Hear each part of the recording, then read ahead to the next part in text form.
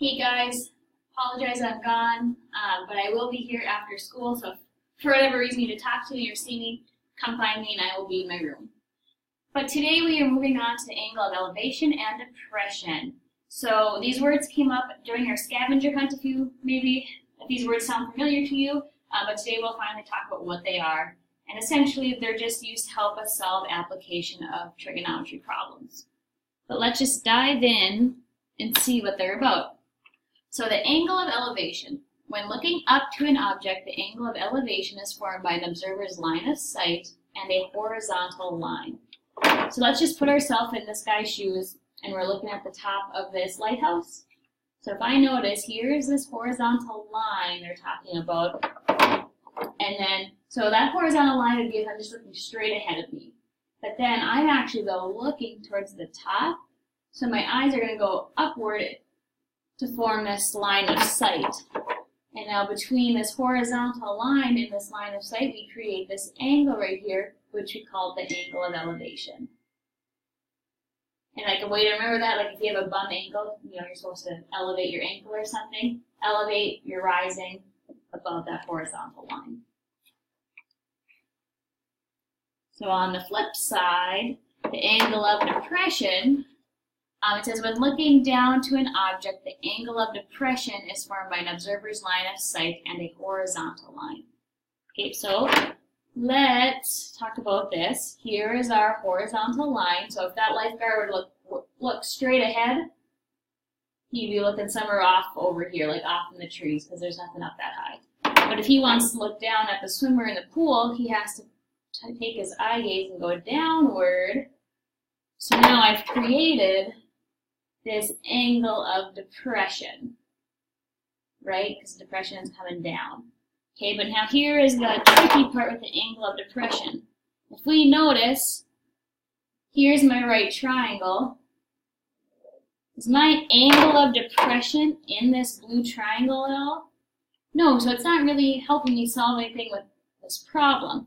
But if we notice here, it says the angle of depression is congruent to the angle of elevation because of alternate interior angles.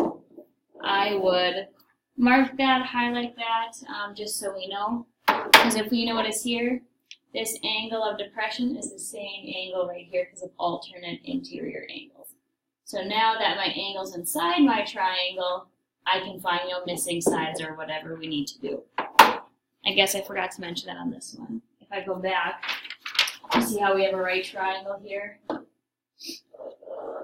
So my angle of elevation is inside this right triangle, whereas our angle of depression is outside of it. But since of alternate interior angles, here it is. So let's just practice naming these in a situation, because it's kind of an odd concept. It says label the numbered angles as an angle of elevation or depression. So maybe you guys just pause real quick for like 10 seconds, put down what you think, 50-50 shot, and then I'll go over the answers. So angle 1 is coming off from this little bird, and here's the horizontal line, and I see it's below it, which makes it an angle of depression. I'm just going to abbreviate with a D. Okay, now 2 and 3 are coming from this person in the hot air balloon. Let's look at 2. Here is my horizontal line, so if they were just to look straight ahead, that's the line. But if the person is to look up towards the bird, that creates an angle of elevation, because I'm going above that green horizontal line. Whereas if the person wants to look down towards the base of the mountain here, you guys notice how I'm going below the green line, so it's depression. And then lastly here, angle 4 is from the base of our mountain. Here is our horizontal line, and I notice that angle 4 is above that line, which makes it elevation. If you're still kind of uncertain with determining if it's an angle of elevation or depression, you will get a chance later on today to work through some questions that will hopefully make you more confident in that. Okay, this question is like not properly or clearly stated, so I'll help you draw the picture and clear in some holes because it should be worded a little bit differently. But it says, a search and rescue team is airlifting people from a scene of a boating accident when they observe another person is in need of help. The angle of depression to the other person is 42 degrees, and the helicopter is 18 feet above water. What is the horizontal distance from the rescuers to this person to the nearest foot? Okay, so today, yes, almost all your whole homework is word problems. Okay, but that's the whole point of angle of elevation and depression. It's to take application of trig and compute out what they want you to figure out. So step 1 is just make a right triangle, because no matter what, you're going to have a right triangle. And then you just kind of have to fill in the pieces of what they give you. So don't try to be a hero and do it all in your head. Just make the picture. Okay? And then you have to label things that are happening in your picture to help you determine where things go. So I know I have this helicopter up here. So I'm going to draw that's my helicopter, whatever. And here is our boating accident that they're rescuing from. And then there's rescuers right here. R for rescuers. And then we have some other person over here that they notice needs help. Help. Okay? So now this kind of helps set up the picture or our problem so we can see where things go. So now if you go back to our information, it says, we know the helicopter is 18 feet above water. That's my 18 feet. We're looking for the horizontal distance from the rescuers to the person. So that's from here to here. So I'm going to call that X. And then we are told that the angle of depression to the other person is 42 degrees. So here is my helicopter. There's its horizontal line. So this angle right there is 42 degrees, which really makes this angle inside our triangle 42 degrees. Now from here, we have a problem that we've solved a good number of times already. So if we remember, step 1, mark our angle. Now 18 with respect to 42 is our opposite side. And X with respect to our angle is our adjacent. So now we're thinking, what trig function uses opposite and adjacent? Well, you should be thinking tangent. So tangent of our angle, 42 degrees, is equal to what? 18 over X. And you'll find today that almost 95% of the time you're going to have tangent, just because in real life it's really hard to measure this hypotenuse distance, whereas it's a lot easier to measure vertical and horizontal distances. But that's just a fun fact. Okay, so how do we solve this? Well, I need to get X out of my denominator, so I'm going to multiply both sides by X. So now I have X tangent of 42 is equal to 18. How am I going to get rid of times by 42, tangent of 42? Well, I'm going to divide by it. Divide by it. Now that's just calculator work, folks. So when I type that into my calculator, I got approximately 19.9. And it says round to the nearest foot. So they are approximately 20 feet away from each other. So this right here is about 20 feet. Perfect, good job. Okay, in our next one, this original problem is super challenging and we don't see one like this in our homework, so I don't want to go into this example, especially not being in school today. So we're just going to modify it a little bit to make it less challenging, because I don't want you guys to hate me when I come back. So let's just fix it as we go. So it says, Belle and Rich are setting up decorations for their school dance. We're going to say Rich is standing, cross this off, directly in front of Belle under a disco ball. If the angle of elevation from Belle to the ball is 40 degrees and Rich to the ball is 50 degrees, we're going to figure out, not this, we're going to figure out what's the distance between them. What is the distance between them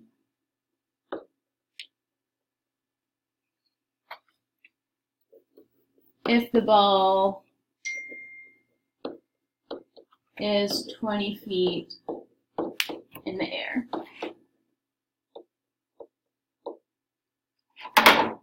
Okay, so I know it's not an ideal situation, but we're just going to go with it because that's what we do. But we're going to start with a picture. So I'm going to start with my right triangle.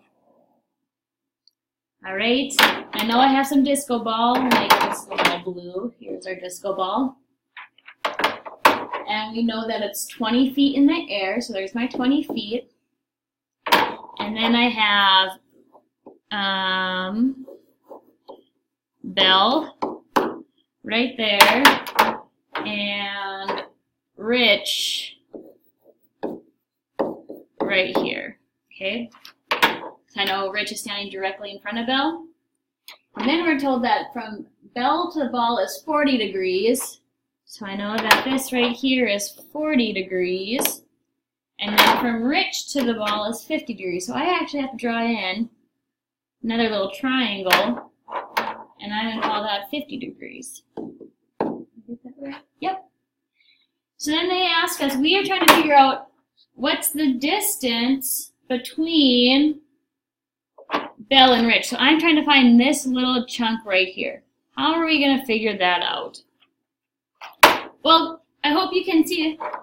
You guys see, I have just two right triangles. I have a small one right here, and then the big outside one. So I just have to do two problems once and subtract the distances. That's all I have to do. So let's first figure out how far this distance right here is. Let's figure that out. So from Rich to right directly under the ball. That's what we're going to figure out from here to here. So I'm just going to put R for Rich. So again, I'm going to mark my angle, 50. 20 is its opposite side, X is its adjacent. So I know that's tangent, so I'm going to write tangent of 50 is equal to 20 over X. Multiply both sides by X. X times the tangent of 50 equals 20. How do I get rid of times by tangent of 50? Well, I'm going to divide. Remember, now it's just calculator work. So what is 20 divided by tangent of 50? Let's see here. I got 16.78. So now I know that this distance right here is 16.78 feet. Okay, so now let's figure out how far Bella, all the way over here, or Bell, is from directly under the ball. So let's just call this Y. So now I gotta figure out what this whole distance is. Same idea, so I'll just put a big D for Bell. So I'm marking my angle. Well, here's my angle 40. 20 is its opposite side, and Y is its adjacent. So I'm gonna have tangent of 40 is equal to 20 over Y. Let's get Y out of there. So Y tangent of 40 is equal to 20. How do I get tangent of 40 alone, or Y alone? I'm going to divide by tangent of 40. And now again, it's just calculator work. So I find that Y is 23.83 feet. So now if I know this whole distance right here is 23 feet, and from here to here is only 16, if I want to find what's between them, what do I have to do, guys? Just subtract. I just have to subtract them. So if I take 23.83 minus 16.78, I get about 7.1-ish, approximately. This will come up a couple times in your assignment. So just know you have two separate triangles, guys. Find what they're looking for, then either add or subtract. That's all you're doing. Don't make it more complicated than what it is. Before you start your homework, I want you to do this quizzes that I've posted on Classroom, and I'm going to check to see that everyone does it. I don't want you to skip it. I really want you to do this because it will help you determine angle of elevation and depression. It will be quick. I think it's only 18 questions, and more than half of it is just what kind of an angle is this. So real quick, just more of a understanding check. And then once you're done with that, here is your homework. Again, I'll be here after school. Come see me if you need me. Please be good for the sub. As always, carry onward Central, live the tradition, be united.